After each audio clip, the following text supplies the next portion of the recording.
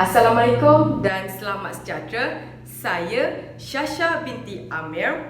Hari ini saya akan memberikan ceramah yang bertajuk Pemakanan semasa fasa latihan sukan bagi atlet remaja.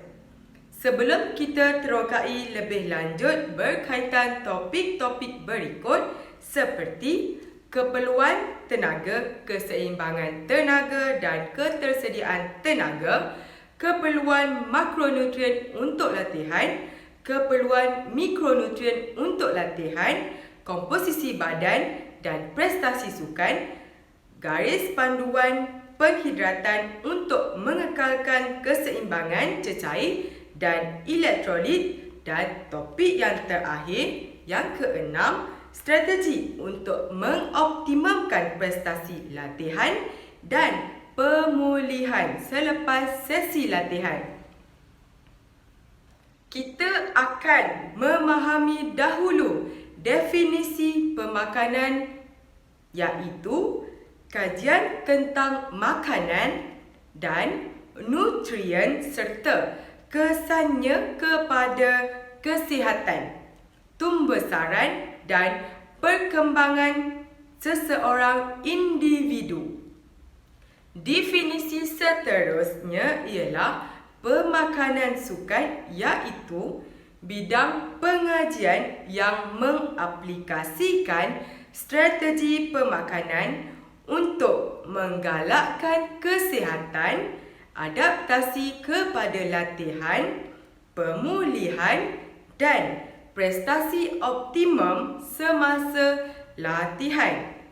Terdapat 5 kepentingan pemakanan sukan.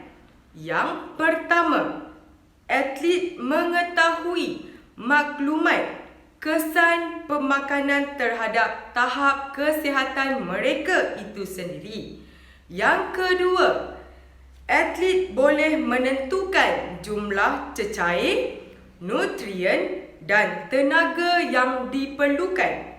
Yang ketiga, membantu meningkatkan prestasi atlet. Yang keempat, mengurangkan risiko mendapat kecederaan semasa latihan dan pertandingan. Dan kepentingan pemakanan yang terakhir, yang kelima, membekalkan tubuh badan dengan keperluan nutrien-nutrien esensial. Setelah memahami definisi pemakanan, definisi pemakanan sukan dan kepentingan pemakanan sukan, seterusnya barulah kita boleh beralih kepada topik-topik yang berikut. Topik yang pertama ialah keperluan tenaga, keseimbangan tenaga dan ketersediaan tenaga. Hari ini kita akan mengupas satu persatu berkaitan dengan topik pertama, tenaga bagi manusia memberi maksud atau definisinya ialah kebolehan membuat kerja atau kapasiti untuk membuat kerja. Kerja juga dikenali sebagai tenaga mekanikal. Tenaga tidak boleh dicipta atau dimusnahkan, tetapi boleh bertukar bentuk. Sebagai contoh, seorang atlet remaja pelari pecut melakukan larian dengan pantas disebabkan tubuhnya yang mempunyai tenaga kimia mencukupi hasil daripada makanan yang diambil. Selain itu, tisu badan menyimpan tenaga kimia yang boleh menjana tenaga elektrik untuk menghasilkan impuls saraf. Menghasilkan haba untuk menyelenggara suhu badan pada 37 darjah Celsius. Tenaga dalam badan pula mendefinisikan makanan adalah gabungan karbon, hidrogen, oksigen dan nitrogen dalam protein. Semasa rehat, tubuh badan memperoleh tenaga daripada huraian karbohidrat dan protein. Sistem tenaga dalam badan ini meningkat apabila stor ATP dan PC cukup dalam badan. Tenaga yang terstor boleh digunakan serta-merta. Ia mudah habis dalam masa beberapa saat sahaja. ATP terbentuk daripada karbohidrat, lemak dan protein dalam badan. Dalam badan kita, tenaga banyak disimpan dalam bentuk lemak iaitu trigliserida dan asid lemak bebas atau dipanggil free fatty acid. Karbohidrat disimpan dalam bentuk glikogen dan glukosa. Protein pula disimpan dalam bentuk asid amino dalam tisu. Dalam tenaga terdapat 3 jenis sistem tenaga iaitu sistem ATP-PC, sistem anaerobik glikolisis dan sistem aerobik. Sistem anaerobik laktik atau dikenali sistem ATP-PC ini merupakan sistem tenaga paling ringkas. Sistem ATP-PC ini juga paling cepat membekalkan tenaga kepada atlet. Selain itu, dikenali sebagai sistem fosfagen kerana terdapat fosfokreatin dalam sel-sel otot. Pembebasan tenaga dari fosfokreatin ini dilancarkan dengan bantuan enzim kreatin kinase. Sistem anaerobik glikolisis pula tenaga terhasil daripada pemecahan glukosa. Glukosa diperoleh daripada penguraian karbohidrat dan glikogen. Sistem aerobik pula sumber tenaga daripada karbohidrat dan lemak. Glukosa diperoleh daripada pencernaan karbohidrat atau glikogen. Glikogen tersimpan dalam otot rangka atau hiper. Lemak pula tersimpan di tisu adipus, sekeliling organ dan dalam otot. Oksigen diperlukan untuk menghasilkan tenaga. ATP dihasilkan dalam jumlah yang banyak dan tidak terhad dalam menjana aktiviti fizikal berintensiti rendah dalam jangka masa panjang melebihi 3 minit. Seterusnya, kita akan beralih kepada topik yang kedua, keperluan makronutrien untuk latihan. Apa yang dimaksudkan dengan makronutrien? Makronutrien adalah zat gizi yang memberikan tenaga bagi tubuh yang diperlukan tubuh dalam jumlah besar untuk bertahan hidup.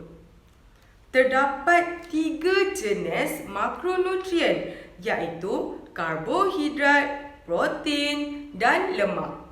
Kandungan tenaga makronutrien ini pula seperti karbohidrat, protein dan lemak masing-masing memberikan tenaga dalam jumlah yang berbeza. Karbohidrat memberikan tenaga sekitar 4 kalori per gram, manakala protein memberikan tenaga sekitar 4 kalori per gram dan lemak pula memberikan tenaga sekitar 9 kalori per gram. Selain memberikan tenaga, makronutrien ini juga berperanan dalam membantu pertumbuhan, membantu metabolisme dan mengatur fungsi-fungsi tubuh badan seseorang. Karbohidrat merupakan penyumbang utama sumber tenaga kepada manusia, terutamanya mereka yang bergerak atlet. Secara amnya, sumber tenaga kepada manusia, terutamanya mereka yang bergelar atlet, diperoleh daripada sumber makanan. Karbohidrat akan ditukarkan ke dalam bentuk glikogen. Glikogen merupakan huraian karbohidrat dalam bentuk cecair yang digunakan sebagai tenaga di seluruh anggota badan. Karbohidrat ini berfungsi untuk memudahkan makanan ditukarkan kepada glukosa. Glukosa yang berada dalam darah ini adalah penting untuk melakukan proses metabolisme. Glukosa yang berlebihan akan disimpan sebagai lemak di tempat-tempat tertentu di dalam badan. Selain itu, karbohidrat ini juga berfungsi dalam membekalkan bahan tenaga kepada sel-sel badan. Karbohidrat ini juga terdapat beberapa jenis, iaitu gula yang dikenali sebagai karbohidrat ringkas seperti buah-buahan, susu dan sayur-sayuran. Kanji pula adalah karbohidrat kompleks seperti ubi kayu, nasi, roti, gandum dan sayur-sayuran. Dan yang terakhir ialah fiber, serat atau karbohidrat kompleks iaitu sayur-sayuran dan biji-bijirin. Protein merupakan nutrisi yang diperlukan oleh sistem badan untuk pertumbuhan otot dan membaiki sel yang telah mati. Melalui protein juga, sistem badan akan membentuk enzim, hormon-hormon, antibodi dan juga membekalkan sebagai sumber tenaga. Protein mudah didapati daripada sumber makanan seperti udang, ikan, tahu dan hidangan lain seperti daripada hasil tenusu, antaranya susu dan keju rendah lemak. Fungsi utama kepada atlet remaja semasa fasa latihan sukan ini adalah untuk perkembangan otot dan membaik pulih sel mati dan bukan seperti karbohidrat yang membekalkan sumber tenaga yang banyak untuk keperluan anggota badan atlet remaja tersebut. Sekiranya semasa fasa latihan sukan, atlet mengambil banyak makanan daripada sumber protein dan mengurangkan makanan berunsur karbohidrat, sumber protein tersebut terpaksa membahagikan kepada dua tugasan utama, iaitu tugas pertumbuhan otot dan pembekalan sumber tenaga utama kepada diri atlet tersebut. Sekiranya atlet menjadikan protein sebagai sumber utama, ini bermakna kandungan protein di dalam badan adalah sentiasa pada tahap minimum dan tidak mencukupi. Kesan yang akan berlaku terhadap atlet ialah perut kembali menjadi lapar semula selepas melakukan beberapa latihan. Lemak pula merupakan stor penyimpanan untuk tenaga yang berlebihan. di dalam badan. Ianya disimpan dalam bentuk tisu lemak. Semua makanan mempunyai kandungan lemak. Lemak dalam diet ini adalah lipid, iaitu satu bahan organik. Lemak juga terbahagi kepada dua, iaitu lemak tepu dan lemak tidak tepu. Lipid penting dalam diet ialah trigliserida, kolesterol dan fosfolipid. Perkara yang menjadi persoalan sama ada lemak yang terkandung adalah jumlah yang tinggi atau rendah. Semasa fasa latihan, atlet remaja ini juga perlu mengambil makanan yang mengandungi lemak seperti ayam, daging dan hasil tenusu. Tetapi pengambilan lemak ini tidak boleh keterlaluan sehingga akan menyebabkan kebimbangan berat badan dan sudah pasti akan menjejaskan prestasi atlet remaja tersebut. Selain itu, topik seterusnya ialah keperluan mikronutrien perlu ada dalam pemakanan semasa fasa latihan bagi atlet. Apa yang dimaksudkan dengan mikronutrien? Mikronutrien adalah zat gizi yang diperlukan oleh tubuh manusia selama hidupnya dalam jumlah yang kecil untuk melaksanakan fungsi-fungsi fisiologis. Tetapi ianya tidak dapat dilaksanakan oleh tubuh badan sendiri. Mikronutrien ini terdiri daripada vitamin dan mineral yang tidak dapat dibuat sendiri oleh tubuh badan, tetapi dapat diperolehi daripada makanan yang diambil. Mikronutrien diperlukan dalam tubuh secara terus-menerus dalam jumlah yang kecil, biasanya sekurangnya dalam 100 mikrogram per hari.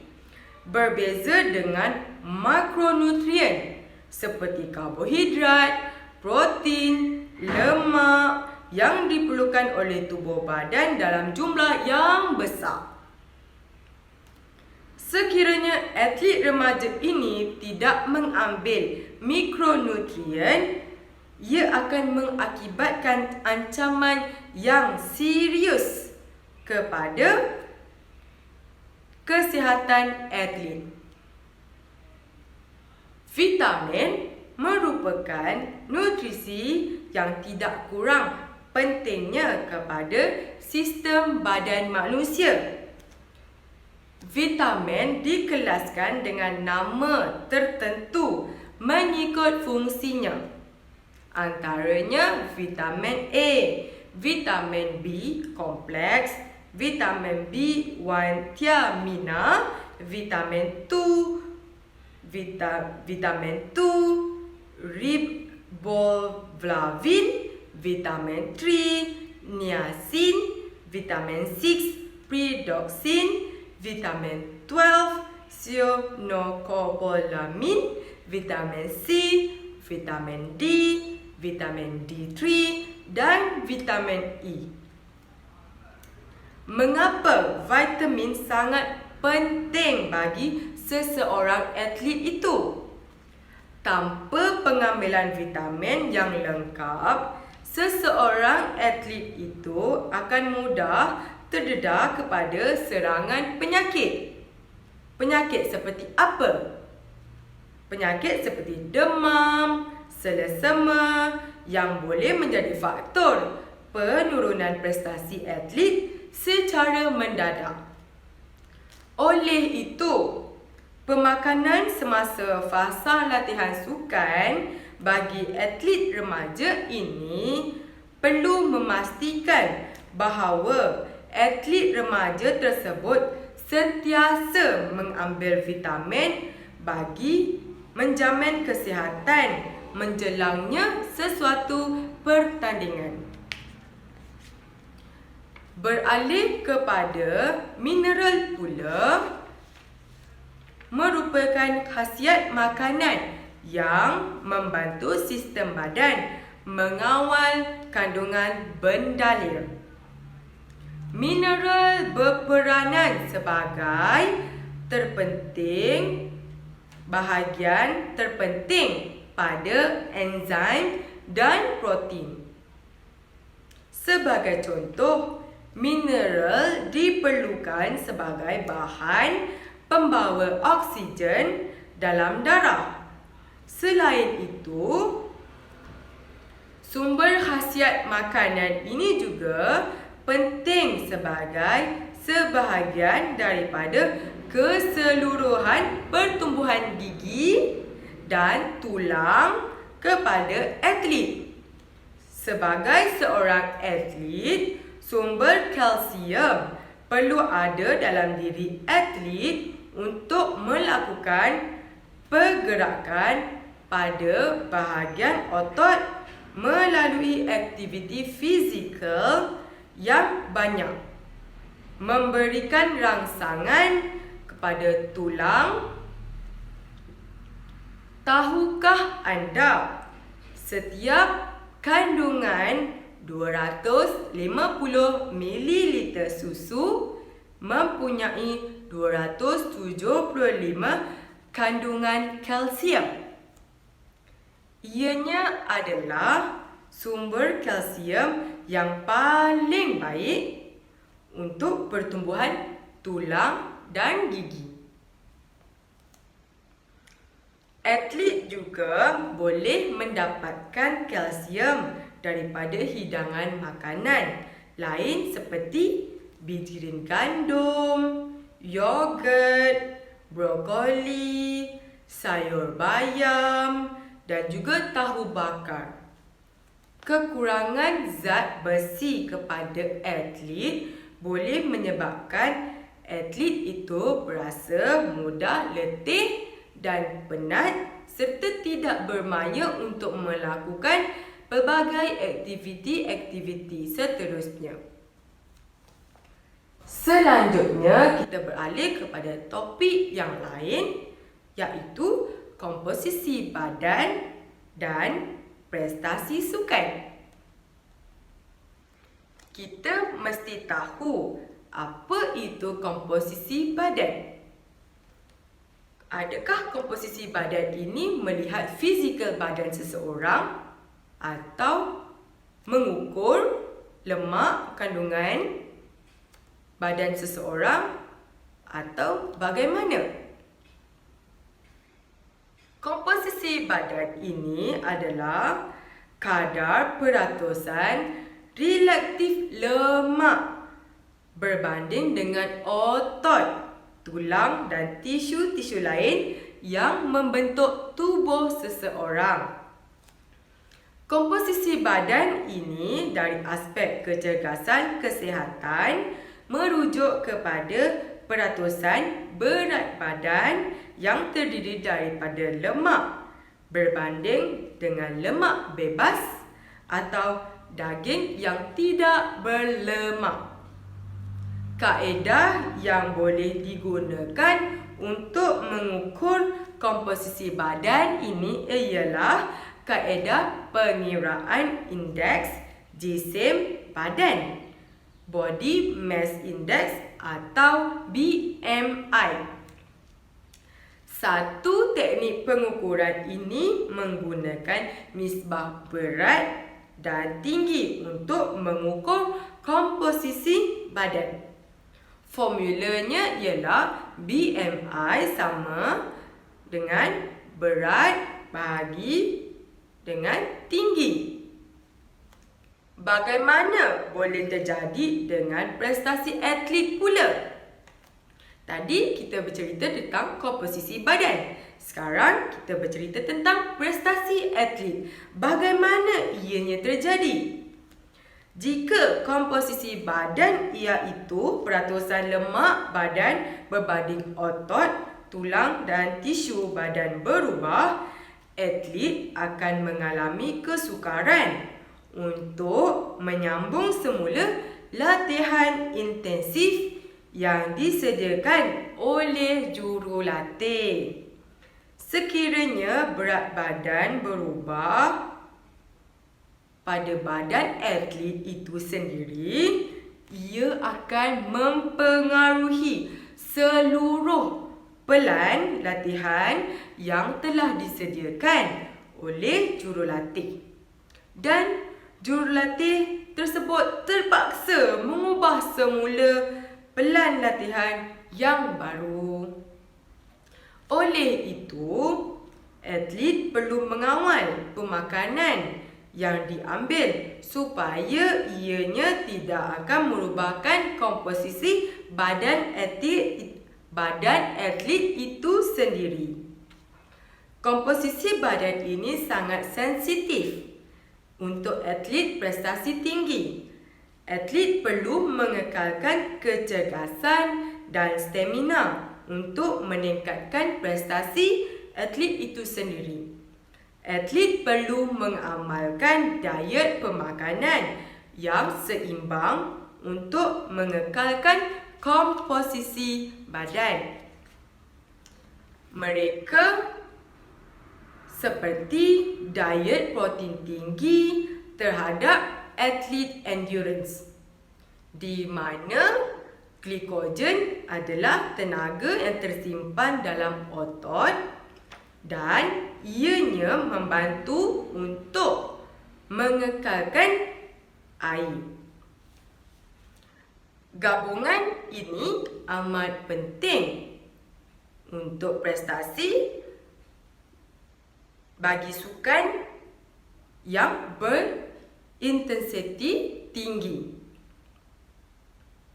Topik yang kedua terakhir ini, kita akan membincangkan topik iaitu garis panduan penghidratan untuk mengekalkan keseimbangan cecair dan elektrolit. Air ini adalah nutrien yang penting untuk kehidupan. Sekiranya kita tidak minum air, kita akan rasa dahaga dan kita akan rasa letih, penat dan sebagainya. Jadi, pengambilan air ini amatlah penting untuk kesihatan diri dan juga kepada atlet. Air adalah nutrien yang penting, yang paling penting untuk kehidupan dan mempunyai banyak fungsi penting termasuk mengawal suhu badan, sendi pelincir dan mengangkut nutrien dan juga sisa ke seluruh tubuh badan. Ingat itu, air ini dapat mengawal suhu badan kita daripada kita demam, pengsan dan sebagainya. Menghidrasi terhidrat adalah penting semasa latihan. Pengambilan cecair yang mencukupi ini adalah penting untuk mendapatkan keselesaan, prestasi dan keselamatan. Kepentingan mengekalkan hidrasi tubuh ialah air penting untuk pernafasan, untuk mengawal pernafasan kita, untuk kita menarik nafas, untuk kita menghembus nafas dan mengawal atur suhu badan. Air juga penting bagi melindungi dan melapik organ-organ utama termasuk sendi tulang kita.